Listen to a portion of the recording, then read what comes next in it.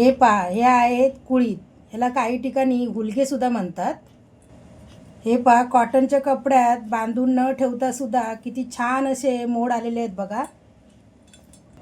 हे मोड येण्यासाठी मी काय केलं, 1 वाटी कुळीत घेऊन ते चांगले 2 ते 3 वेळा खसखसून चांगले चोळून धुतले आणि ते पाण्यामध्ये 8 तास भिजत ठेवले होते.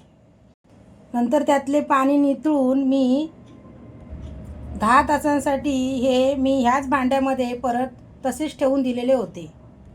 आणि हे पहा, किती प्रत्येक दाण्याला असे भरभरून असे मोड आलेले आहेत बघा, बघू शकता तुम्ही इथे. आणि माझ्यासारखीच अशीच ट्रिक वापरून तुम्ही कोणत्याही कडधान्याला असेच मोड आणू शकता. आणि तुम्हाला माहिती आहे, मोड आलेलं कडधान्य कुठलंही खूप छान असं पौष्टिक असं तयार होतं. व्हिडिओ संपूर्ण पाहिल्याबद्दल मनापासून धन्यवाद.